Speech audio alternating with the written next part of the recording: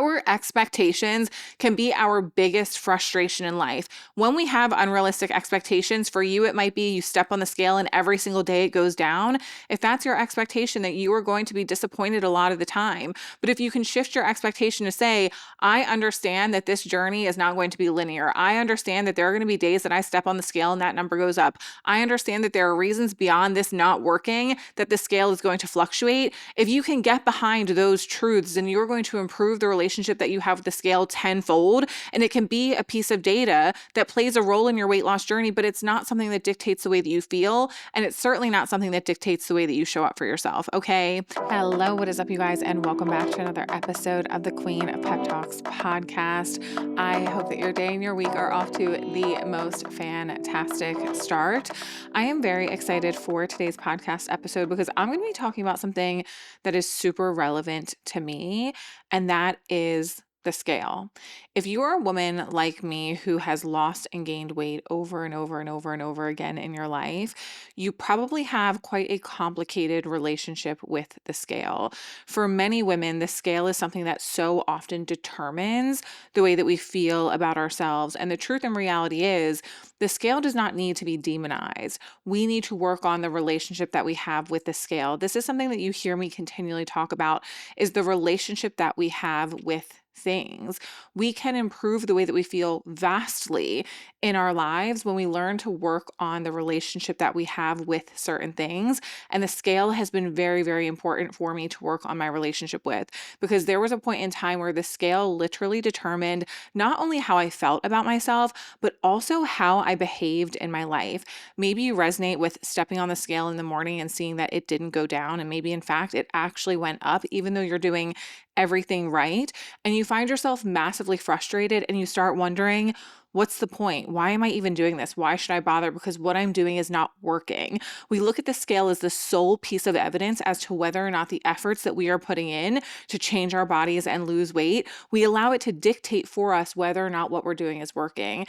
And while the scale is an important tool and can be very, very beneficial in our journeys to transforming our bodies and losing weight, obviously it's going to be something that helps us do that. We need to make sure that we have a healthy relationship with it, one where we aren't stepping on it 3 to 4 times a day, one where we don't allow it to dictate the way that we feel, and most importantly, a relationship with the scale where we do not allow it to decide how we are going to show up for ourselves. Because when we step on the scale and we see that the number has gone up and then we decide it's not worth bothering, why am I even trying? And then we go sabotage ourselves with food or we skip workouts. That is not healthy, and it is not going to help us create the changes that we're looking to create long term. So when it comes to the scale in our lives, we have 2 options.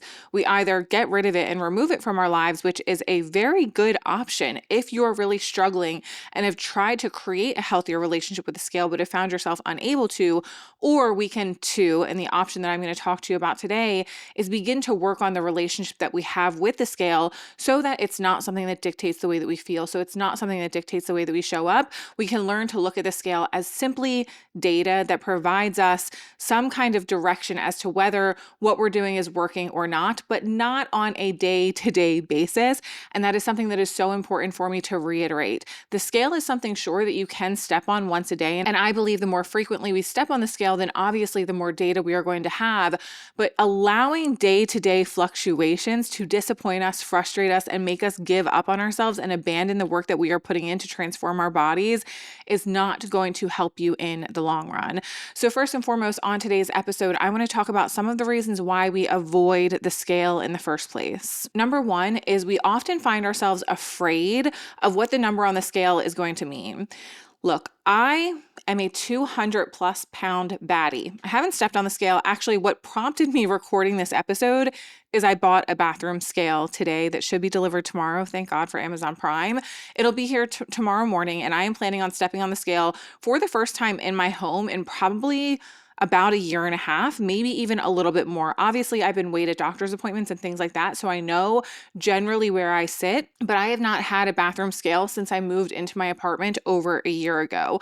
I bought one because I am intentionally making changes to try and transform my body this year, and I want to use the scale as a piece of data. I also got back to tracking my calories today, my macros, which is something that I'll likely talk to you about on a future episode and how to do that in a really healthy way. But what prompted this this entire idea for this episode was the fact that I ordered a bathroom scale.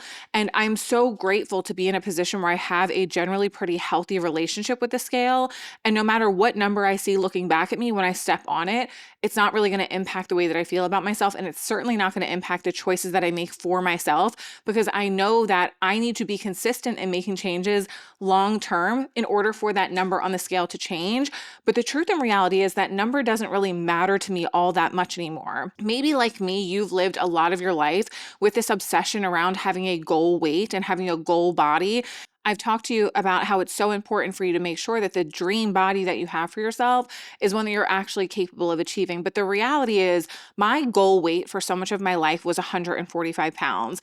I don't know where that number came from. I imagine it was probably from one of them BMI scales. Do you remember what those BMI scales looked like? You would look at them and it would show you how tall you are and like what your goal weight is supposed to be, or your ideal weight. And it would show you where you're overweight, where you're underweight, where you're obese, where you're morbidly obese. I lived my life in the morbidly obese category for quite some time. And I started to have this obsession with like, if I'm going to be healthy, then I need to be 145 pounds. And the truth and reality is, that's bullshit. You do not need to be in that ideal healthy weight category to actually be a healthy human being. Again, if you want to release weight off your body and you think it's going to make you feel better and it's going to give you better health, then sure, do it. But you do not need to be in that quote unquote ideal category in order for you to live a really amazing life, be incredibly confident in your body, and be really healthy. I have so many clients who are technically overweight, but they go to the doctors and the doctors say, you're insanely healthy. Like your labs look great. Everything looks good. You're so healthy. It is so important for you to recognize that that can be your truth as well. You do not need to become obsessed with reaching some kind of goal weight number that is actually just completely ridiculous. It is so unnecessary. But along with having that obsession with getting down to 145 pounds, I was also deeply dissatisfied with the fact that I weighed over 200 pounds. And this comes from, love my mom dearly, but I can very vividly remember her one time telling me, Jessie Ann, girls don't weigh over 200 pounds. Your weight is supposed to begin with a 1.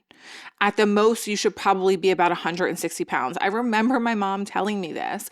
And so ever since then, it had a complex in my head of like, oh, I'm not supposed to weigh over 200 pounds. I weigh too much. I can't be attractive at this weight. People aren't going to like me at this weight. I can't be confident. I can't be healthy. I can't love myself if my weight begins with the number 2. And now I'm like, girl, 200 plus pound baddie, right above 200 pounds. I'll probably end up in the 190s, maybe the high 180s when I'm done my weight loss journey this year. But the thing is, I don't obsess over that number. It means nothing to me. If I weighed 230 pounds and I was healthy, like I'm good on that. If I feel good in my skin, if I'm taking care of myself, that is all I really care about. So I want you to work on allowing the scale to literally be just a piece of data and a tool. The only thing that the scale tells you is your relationship with gravity.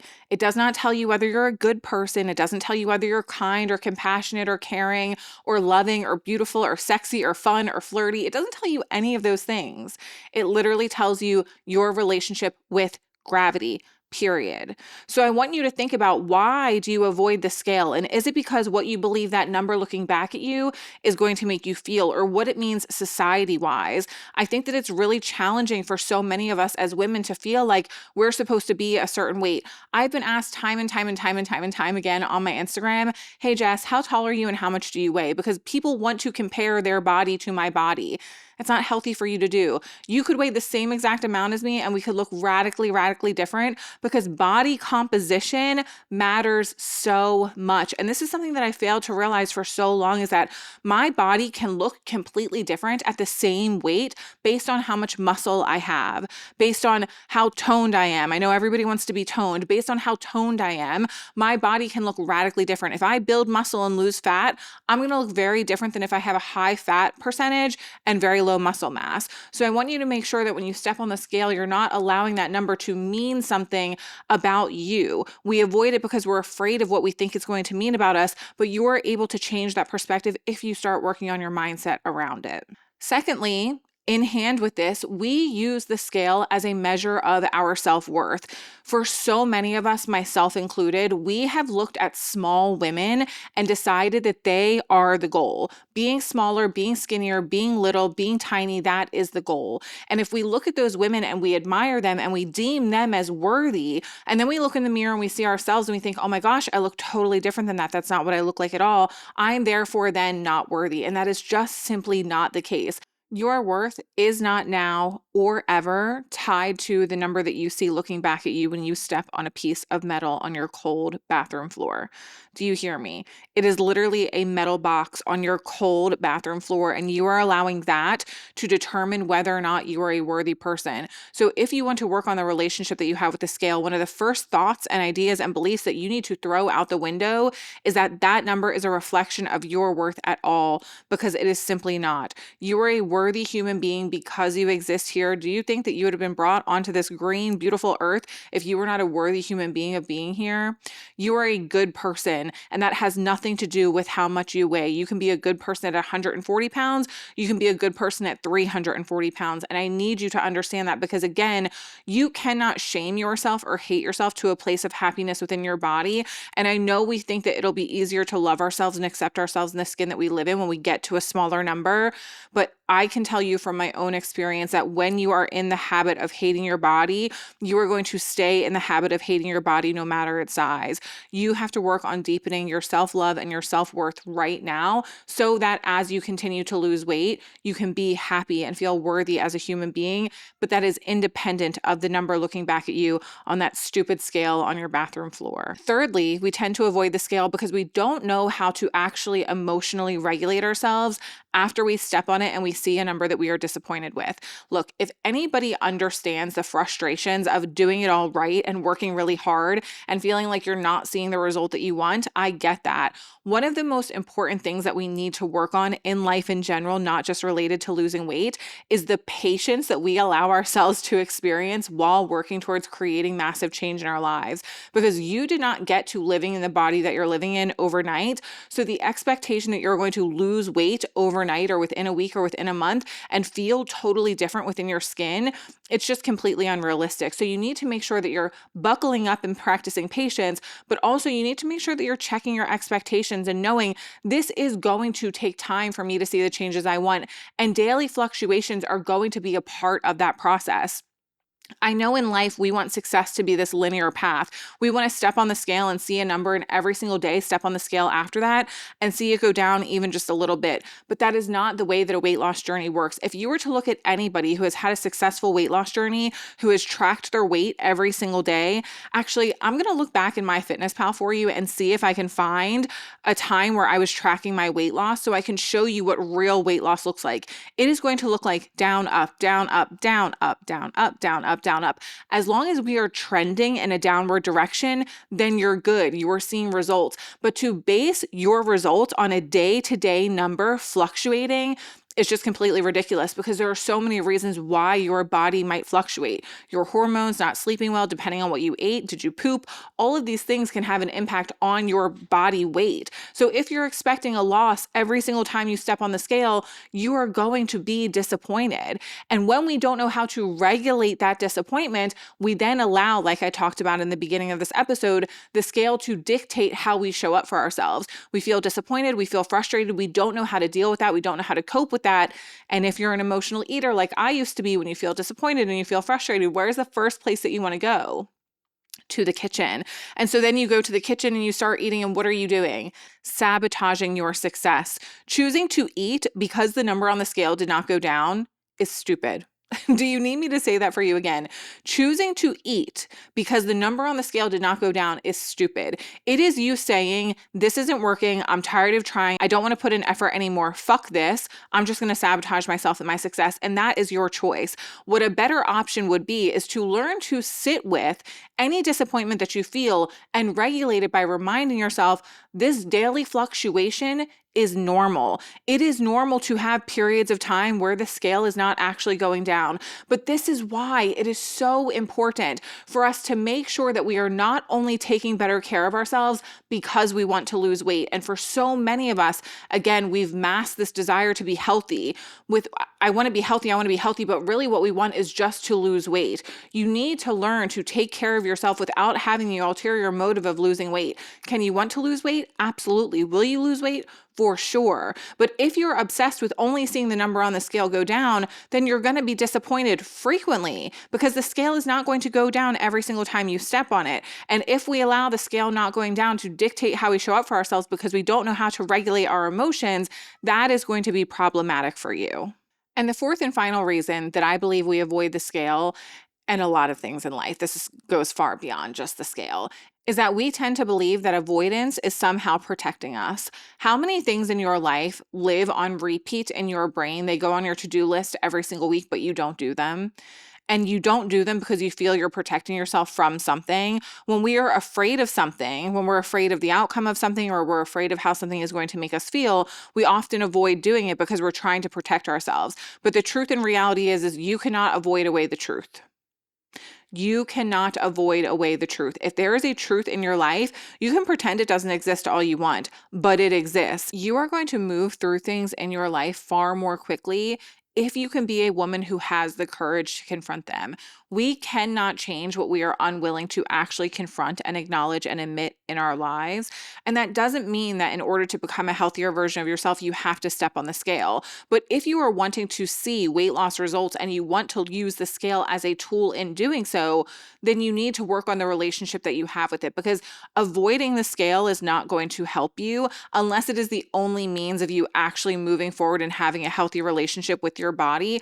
I'm not above saying put the scale away. I did not weigh myself for a really, really, really long time. When I was doing the work to heal my relationship with food and I really wanted to prioritize overcoming binge eating and overcoming emotionally eating, I knew that stepping on the scale, it had nothing to do with that journey. So why am I going to step on the scale when I know that it might be challenging for me to see myself gain weight when I've just spent years of my life restricting my calories? And I know that gaining weight might be a part of this process for me. And it was. To overcome binge and emotional eating, I had to create a healthier relationship with food, which meant giving myself freedom to eat things that I didn't give myself freedom to eat before. It meant eating to fullness and satisfaction instead of allowing MyFitnessPal to tell me when I need to stop eating. You need to understand in life the goals that you have and what things around you are going to help you achieve that goal. In order for me to have a healthier relationship with food, I had to let go of the scale. But now that I'm working on losing weight and that is a goal of mine, the scale has a place in this picture. So it's all about knowing what are your goals, what are your intentions, what do you want, and what things around you play a role in that, and what makes sense to stay in your life and what makes sense to be eliminated from your life. So it really all depends on where you're at in your journey and what you're trying to achieve. If weight loss is one of those things, then either again, get rid of the scale and track your progress through other ways, because there are hundreds of other ways for you to track your progress, or improve your relationship with the scale and let it be one tiny data point that plays a role in this journey for you. Okay, so we talked about reasons that we avoid the scale. Now I want to talk to you about how you can actually make peace with it. If you're a woman who is in a place where you're wanting to lose weight and you want the scale to be a singular piece of data that plays a role in you tracking your weight loss progress, I want you to have the healthiest relationship that you possibly can with it. So I want to talk to you about how you can make that happen. First and foremost, we need to work on in life, especially related to the scale for this conversation, separating stories from reality. It is so important for you to acknowledge that every thought that you have in your life is not a fact and does not need for you to believe it. You do not need to believe every single thought that enters your mind. If you step on the scale and you see that number go up and the thought pops up for you of, it's not working, what's the point in trying? You might as well quit. Guess what? You are an adult who has an operating conscious brain that gets to choose whether or not you want to acknowledge, listen to, and abide in alignment with the thoughts that your subconscious mind is offering to you. I would be willing to bet that you would be far further along in your life in all areas if you stopped allowing your subconscious thoughts to rule the way that you show up for yourself. Can we take a moment for the Asher cameo? I can't deal with it. Asher, I need you to get out of here.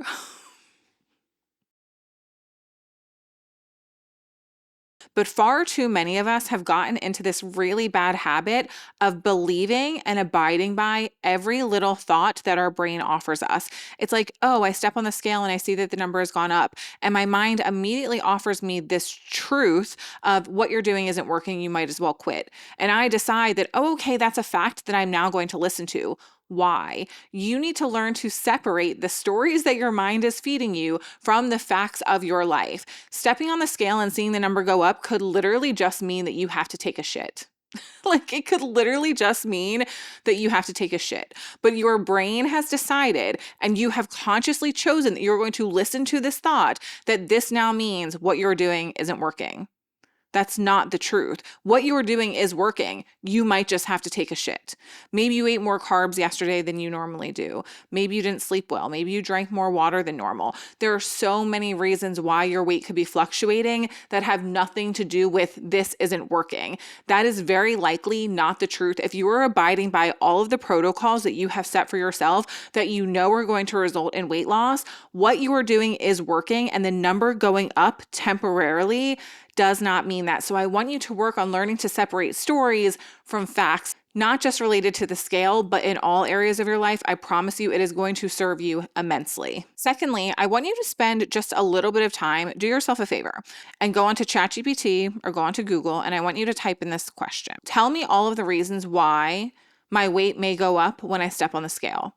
I guarantee that it is going to give you a long list of at least 10 different reasons why the scale might have gone up. One of them might be you've actually gained fat.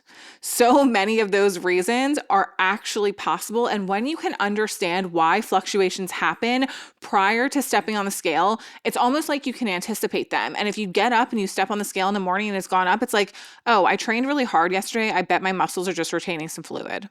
Oh my gosh, I drank so much water yesterday. I bet I probably am just holding a little bit more fluid. Oh, I actually haven't taken a poop in 3 days. I probably just need to go to the bathroom. Maybe it's that time of the month for me. I'm getting ready to get my period. I'm a little bit bloated and I'm retaining water. There are so many reasons why your weight might fluctuate that have nothing to do with this not working. Hello, Asher.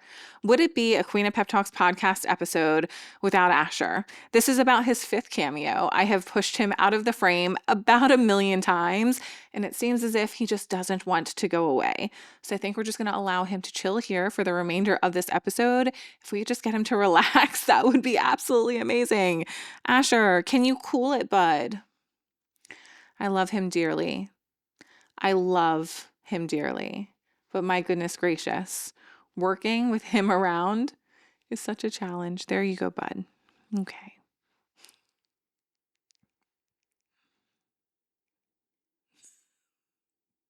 The third thing that I want you to do if you're working on improving your relationship with the scale is I want you to understand non-scale victories, and I want you to start looking for them.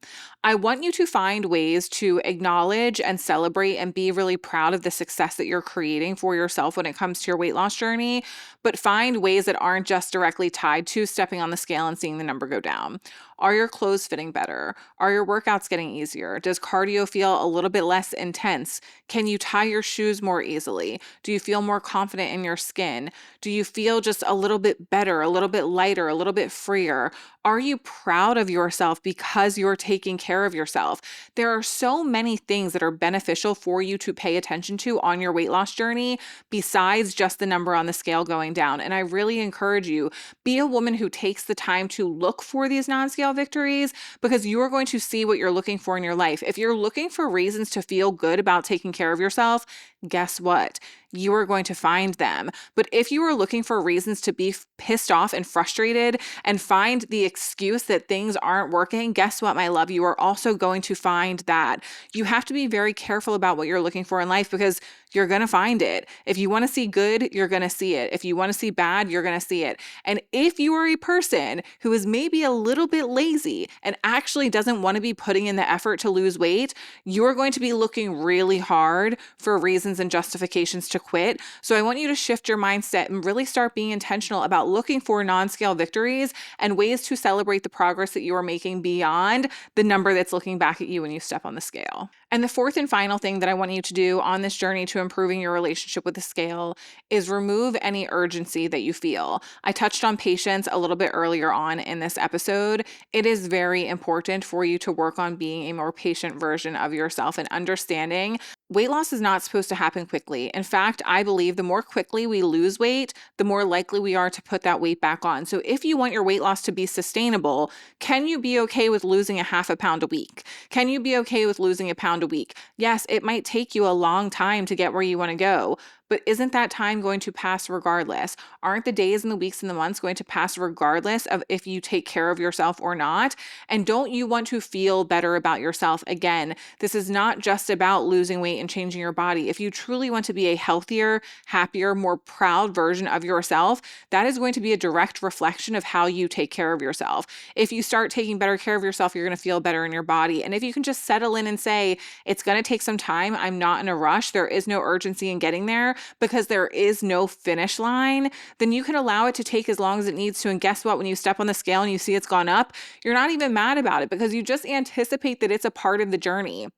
Our expectations can be our biggest frustration in life. When we have unrealistic expectations, for you, it might be you step on the scale and every single day it goes down. If that's your expectation, that you are going to be disappointed a lot of the time. But if you can shift your expectation to say, I understand that this journey is not going to be linear. I understand that there are going to be days that I step on the scale and that number goes up. I understand that there are reasons beyond this not working that the scale is going to fluctuate. If you can get behind those truths, then you're going to improve the relationship that you have with the scale tenfold. And it can be a piece of data that plays a role in your weight loss journey, but it's not something that dictates the way that you feel. And it's certainly not something that dictates the way that you show up for yourself. Okay. I love you guys so very much. If you appreciated this episode, it would mean the world to me if you liked, commented, and made sure that you subscribe to the Queen of Pep Talks here on YouTube. If you're listening on one of the podcast apps, please make sure that you are leaving ratings and reviews. On Spotify, you can interact with me through the Q&A feature. It means the world. I appreciate you all so much. To all of my new subscribers, welcome. I am so happy that you are here. I really am loving this platform beyond the little Asher cameos. I love him so much, but what's a girl to do? What's a girl to do with her little baby kitty who is blind and just wants to be with his mama? Like, what is a girl to do? So I hope that you love Asher cameos. I don't love them that much, but I do love my baby, and I'm going to be a support to him however I can be, just like I'm going to be a support to you however I can be.